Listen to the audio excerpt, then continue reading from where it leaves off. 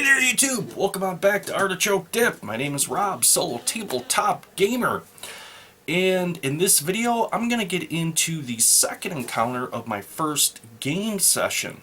Now, if you are just coming in on this video, I urge you to go back, and it's going to be the video labeled How I Created My Own Game System, and watch that to get caught up on what's going here. Otherwise, there may be, well, some information that you're going to be missing to understand exactly what's going on in this video. But before I get started, if you liked the video, please click the like button, and if you haven't subscribed, please click the subscribe button, followed by the bell icon. Every time I upload a brand new video, you will get notified so you don't miss one. Alright, so let's get into the second encounter of my first play session. So what I've been doing is I set up a camera and I just record the play session, and I have the equipment to do it, so it makes sense, and I can just at that point record everything, and then go back and review it later. And it frees me up from taking notes and all that, and really helps speed things up for me, considering I'm doing all this, by myself. But the other aspect that I like about it is the fact that I can go in there and I can edit it, and I can present the video to you in the elements of the encounters and talk about them a little bit to help you guys watching this be able to get your solo RPGs off the ground, or perhaps do what I'm doing, create yourself a solo RPG and get things rolling in a direction with some of the tips and tricks that I show you that I use and how I do that.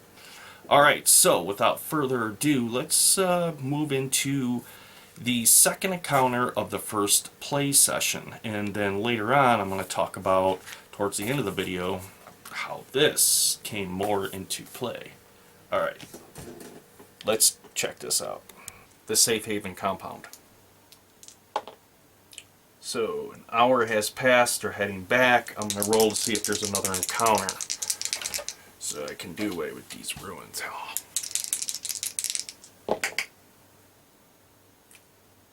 Okay, yeah, there is. So, Corporal Clegg is taking point. He's got his machine gun out. He's walking ahead of them. They're dragging this carcass behind them, taking it back to the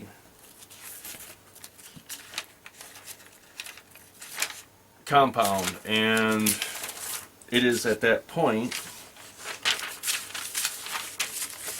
Let's see what they run into.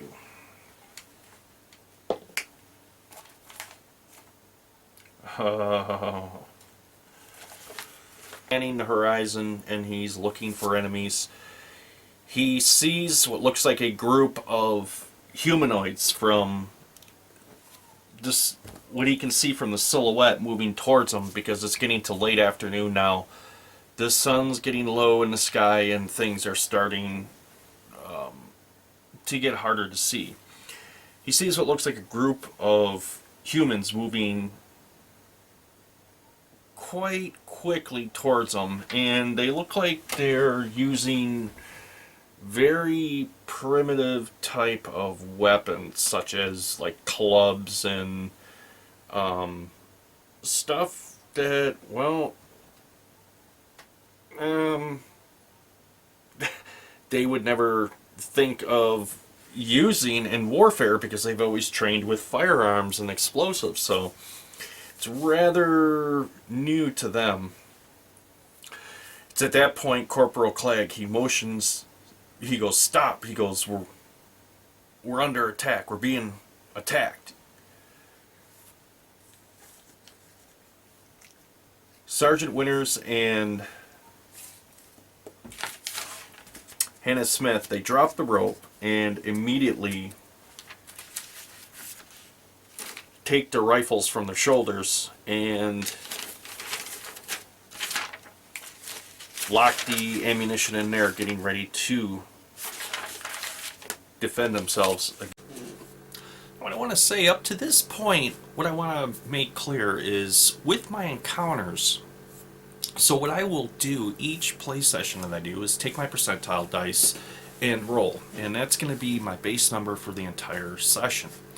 This session was 45%, so every time I roll, and typically what I will do for time is I'll roll a 1d4 reflecting hours, or you can go quarter hours, however you're keeping track of time within your solo RPG.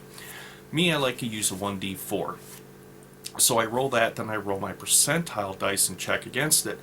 If that number falls below that designated number for the game session, at that point there's an encounter. And if it's above, there's not. They're in the clear.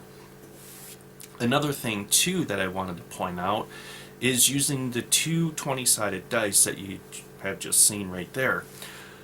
Now, why I do that is I roll one for my characters, and I check that against their wisdom, dexterity, all depending on which attribute I'm going to use, to see how aware they are of the incoming encounter and if they recognize that there's danger.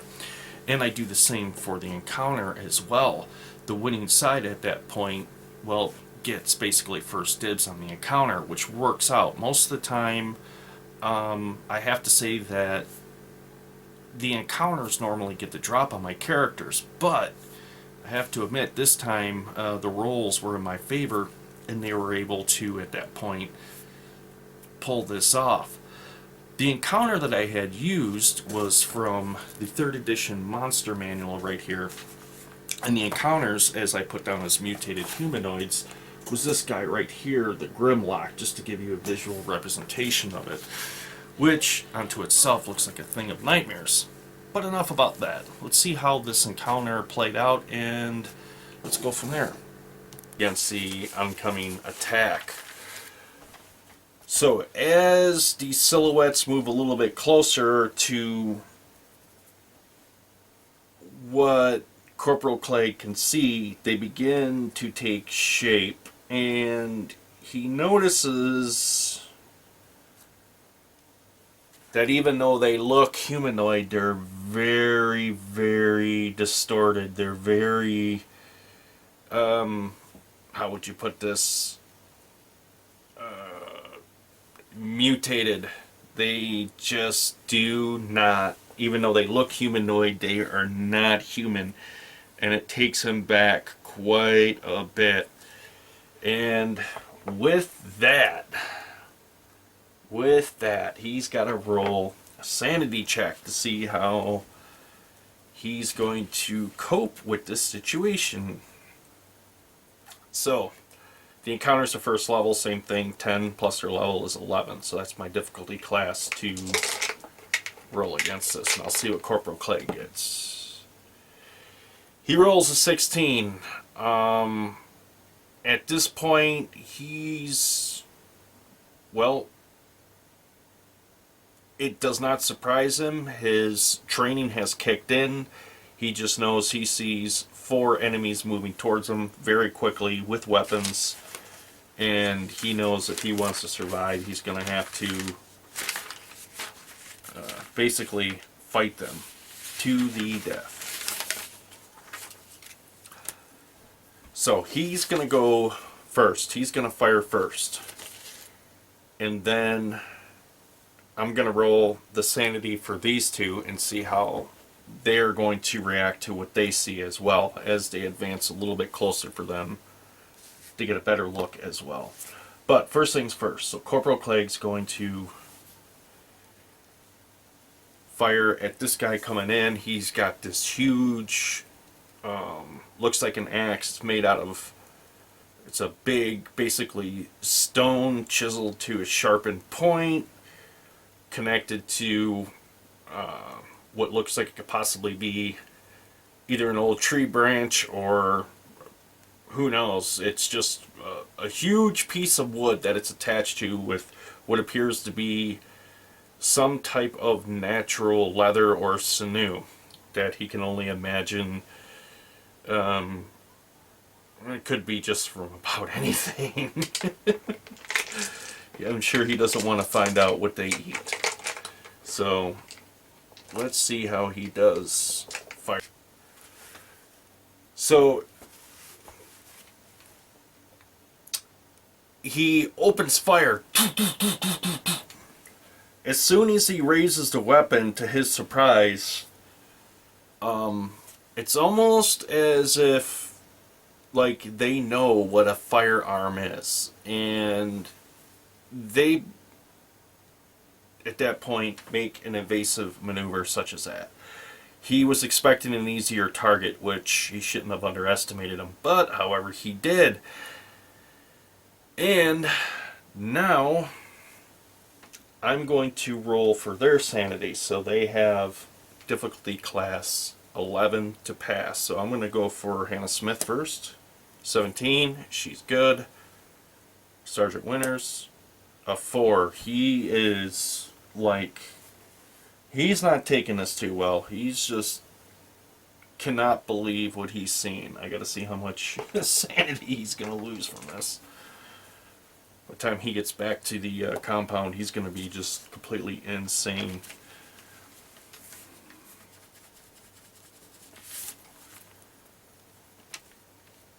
So he at this point he just cannot believe what he's seeing. He is frozen in fear at this point at the sight of what he thought was human at first, but they are just so badly mutated and horrible looking that he's just for a loss for words. He's just frozen in fear, staring. But Hannah Smith, however, is not. And she's going to get a shot off before it's their turn to attack. Okay. It's always good. Oh, yeah. So she, with a steady hand, raises her rifle, and the closest one, as she notices his eyes are focused on Corporal Clegg, she just pulls the trigger, and unknowing to him, he didn't even know he was targeted at that point. Alright, so far everything's going pretty good. One thing I want to bring up, if you'll notice in this encounter, is I'm not using dice to mark the minis. And there's a reason for that. Reason is not having doubles on the board, making things very confusing as to how many hit points this particular encounter has versus this one, and so on and so forth. But if you have no option, remember, use one mini, and at that point, use your dice to be able to fill out the rest of those encounters, to be able to keep track of everything so you're not getting confused. You're just, well, it keeps the gameplay moving forward. You're not in a state of confusion. It makes everything very enjoyable. But, however, like with me, I have a decent amount of minis, so it's easy for me at that point to be able to pick different models that are in different sculpt positions to put onto my game board to be able to keep track of that. So avoiding using doubles on the board.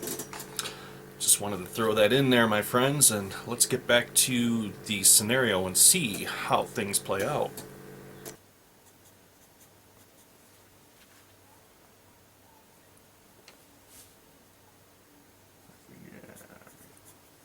Okay, so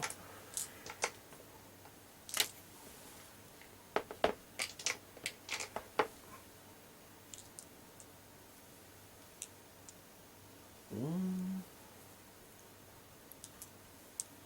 two, three, and 4. This will make it a little bit easier to keep track of who's who and who's doing what. Okay, number 1, he's the bullet ripped through him, and he's just, it kind of slowed him down a little bit. But these two guys right here, to their disbelief, they have fashioned some crude bow and arrows. But But nevertheless, they are bow and arrows at that, and it doesn't look like it's going to be too good for the home team, so let's see how this goes. So this guy is going to be aiming at Hannah Smith. This guy right here is going to be aiming at Corporal Clegg. So we'll do Hannah Smith first.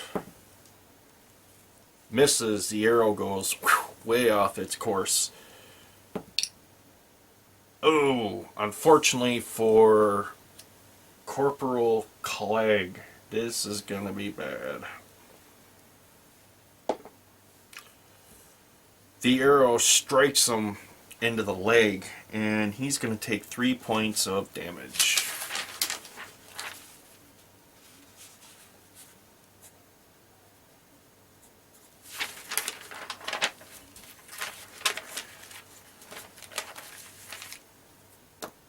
Alright. He's moving a little slow. He's wounded. This guy, he comes charging up. And as he's closer now, he can see that he doesn't have any eyes or pupils that he can see of. It's just like this gray, nasty, distorted skin with warts, and there's 2 large, what look like swollen, basically boils, I guess the best way I could explain them, that would look like where his eyes would be. And it has a mouthful of very sharp teeth and claws, and this thing is just screaming out this horrible scream.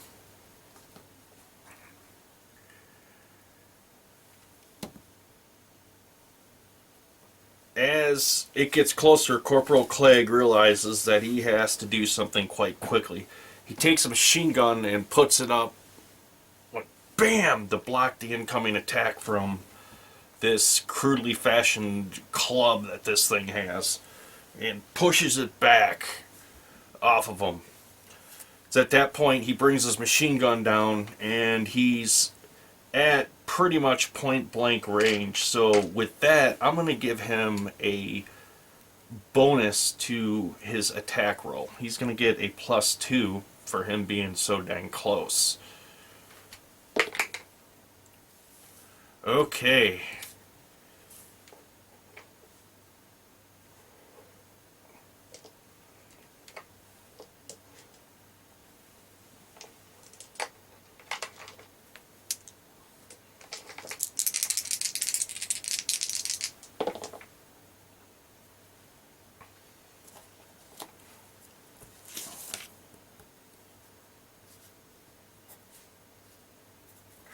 The machine gun just, and he about almost cuts his abdomen in half. I mean, he's so close, the machine gun just tears through the flesh.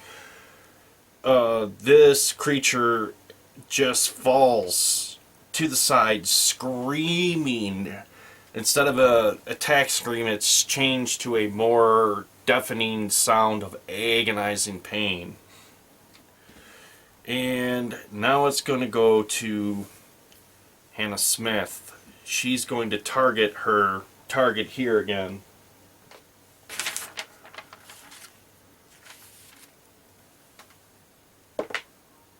Oh.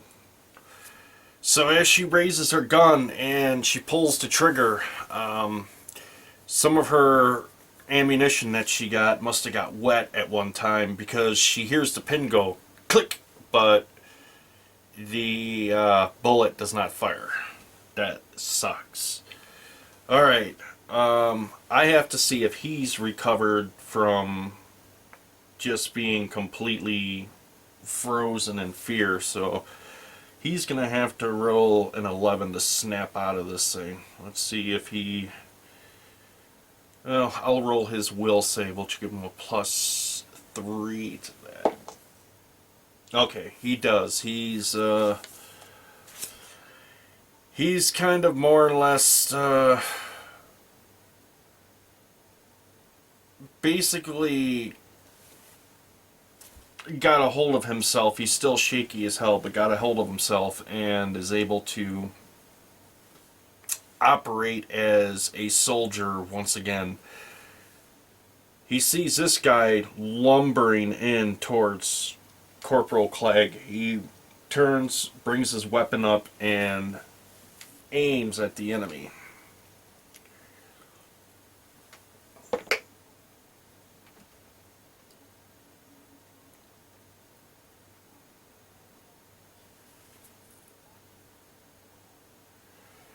Unfortunately, he's still a little shaky as he pulls the trigger and the shot leaves.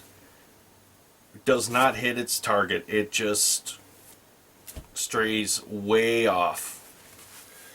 This guy comes lumbering in even closer and winds up with this battle axe thing that he has at Corporal Clegg. I hope he's going to be alright with this. This may be horrible here.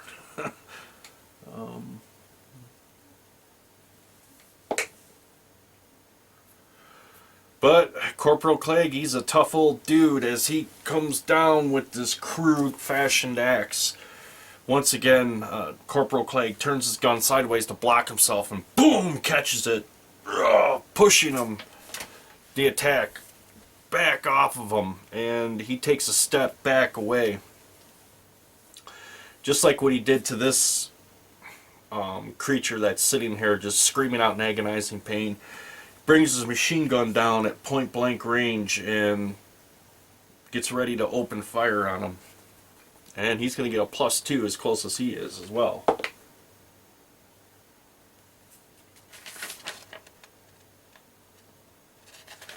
Alright, alright, alright, alright, alright, alright.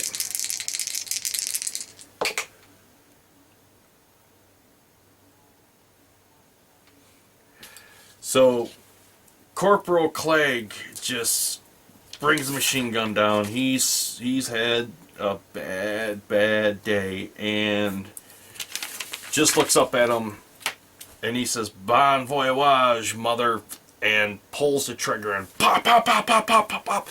The head of this thing just explodes and there's a crimson red cloud of blood and brains that just, and this thing is done. Alright. So, Hannah Smith right here, she's trying to get the round of her gun. She finally gets the breech to open and boom! Is able to get the shell to exit the gun, reloads, takes an aim at this guy right here that she notices is aiming his crude fashion bow directly at her. And hopefully she gets a shot off first. Let's see how this goes. Oh.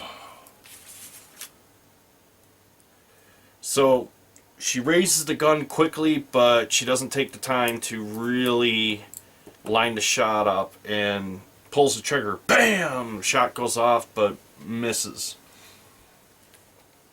At that point, Sergeant Winters, he's surveying. He notices he has basically 2 archers right here bearing down on him, and he's looking at both and decides for whatever reason he's gonna target this guy right here. Raises his rifle and let's see how he goes. Oh man, same thing, he's still more or less shaken. These two have not seen combat experience like him, so pulls the trigger and misses his target. Unfortunately, these guys are able to, well, get their shots off, and I hope they miss. I really, really, really do. So the first one goes, and he's aiming right here at Corporal Clegg. Oh my God.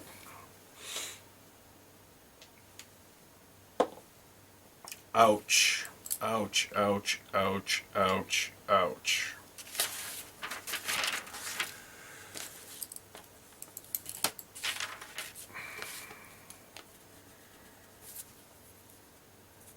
So the arrow finds its mark and punches right into Corporal Clegg's abdomen, and he pretty much almost instantly doubles over in pain.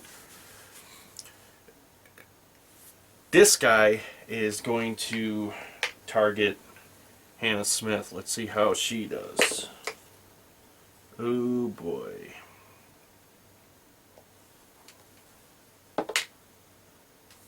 Ouch.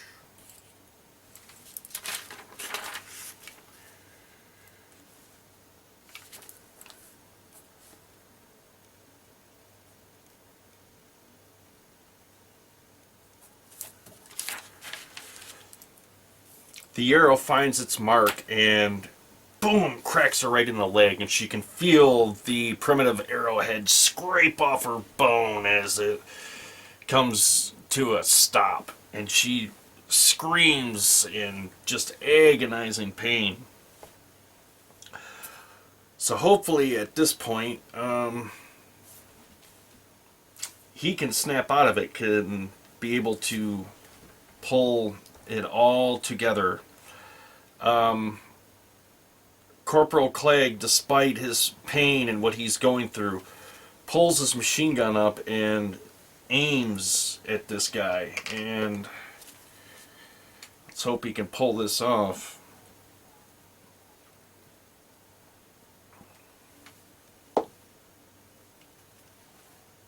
Alright. He's a tough old dude.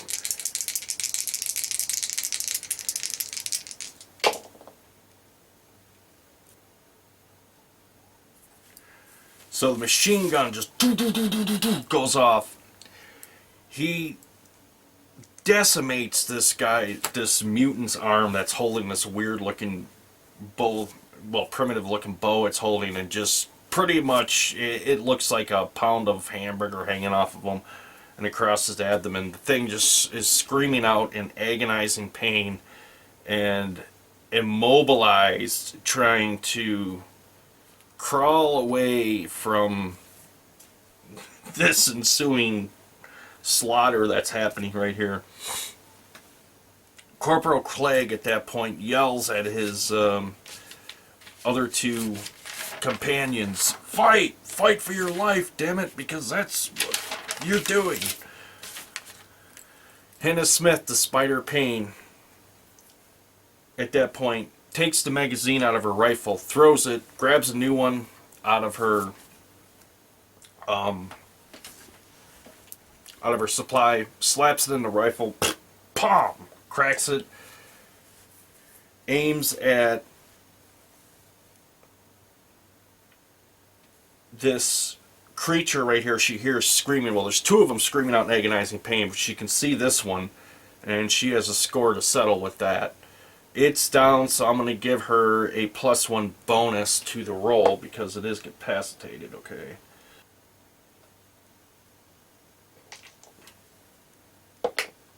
Alright. She lines up her shot, and this time with dead accuracy, she pulls the trigger and just blows the back of the head of this thing right off. It just splatters in the ground and silences it. No more screams from that one. Sergeant Winters, at that point, he lines up his shot and takes a deep breath, trying to steady his hands and his nerves from trembling.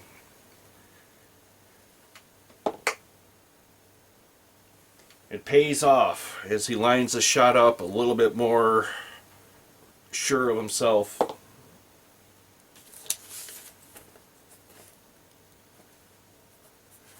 He fires, incapacitating this one, but it's not as badly wounded as the others, and it screams out in agonizing pain, realizing it's outnumbered, turns and begins to run off from the battlefield. Now, Corporal Clegg, despite his injuries, is going to get a free attack on this one for a disengagement attack. And instead of his machine gun, he drops that to the ground and coughs up. He's coughing up blood, and he's just like, ugh. Grabs his pistol out and he raises it and aims it at this thing as it's scurrying off. And because its back is turned, I'm going to give him a +1 bonus to that as well.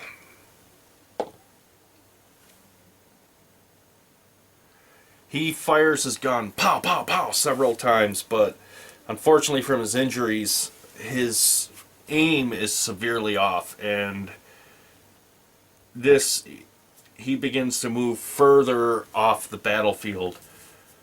At that point, these two kind of see what's going on, and she turns and aims at that one to see if she can take that out.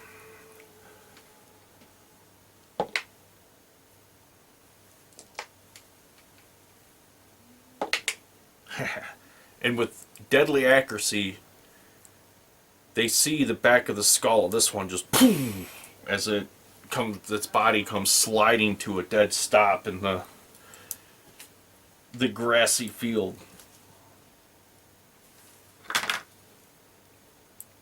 Alright, which leaves this one that's just sitting there screaming in agonizing pain. Sergeant Winters just approaches it point blank and puts his rifle right up to the head of the thing. Pulls the trigger and puts it out of its misery.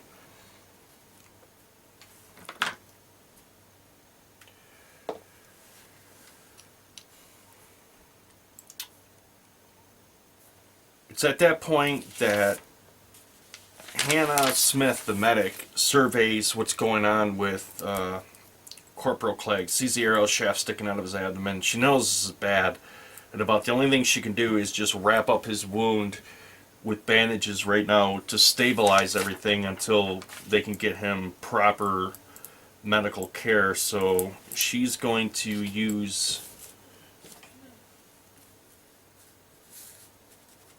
some more bandages, which is going to heal him possibility of 4 hit points, but he gains a hit point.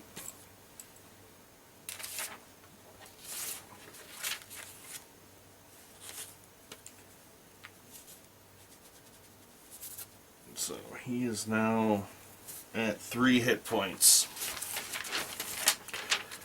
Surveying the situation, they have no choice but to abandon that hemophile that could have fed them a lot of meat, and it's at that point that Sergeant Winters picks up his machine gun and stows it on the back of his pack, grabs one of his arms, drapes it across his shoulder. Hannah Smith comes up, grabs his other arm, and at that point they begin to help him back to the safe haven bunker. Okay, so as you can see right here, sometimes not all encounters go as well as you want them to, and what my characters had gained from the first encounter as far as with the hemophile for food and healing, they had to abandon in order to serve, yeah, it's their officer, but save Corporal Clegg and try to get him back to the safe haven bunker that they came from. And moving forward, the play session I did last night, I picked up what happens when they get to the bunker and what happens to Corporal Clegg and his injuries. And I'm going to get into that more and how this really came into play with that and took my RPG to a whole different level. It was kind of cool how it played out. A little less dice rolling and moving miniatures, but a lot more story background and opening up new, how shall we put this, avenues to of the story, I guess we should say. Really, yeah, it's going to open up the story and make things a little bit more interesting. Now, one little bit of advice I'm going to throw in here. As you can see, Corporal Clegg, he's pretty injured, and he's probably going to be out of the game for a little while because of his injuries. He's clinging, by the skin of his teeth to life at this point. This is a very good time to introduce a new character into the storyline in place while your other character heals.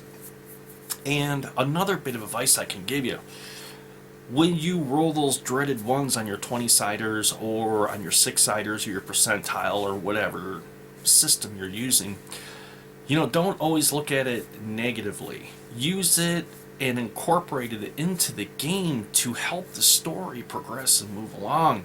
Good example is with Hannah Smith there, where she went to fire her gun. I had rolled a 1. Well, it's a dead miss, but typically something went wrong. What went wrong? And at the spur of the second, I said, well, what if her ammunition got wet? And added that into my storyline, and it worked out very well. I have to admit, I was pretty pleased with it. Alright guys, so I plan on making another video continuing on with this. If you guys like it, click the like button, and if you have not subscribed, click the subscribe button followed by the bell icon, and every time I upload a new video, you will be notified. That way you don't miss one. Alright, I hope this video helped a lot of you guys out there. I hope some of these tips are going to clarify maybe some confusion and streamline your games. Make your gaming more enjoyable. Be able to sit down and, at that point, like what I'm doing right here, start off with something small and let it grow into a huge story. Make a world out of it. With that being said, I think I'm going to sign off. Game on, my friends. This is Artichoke Dip signing off.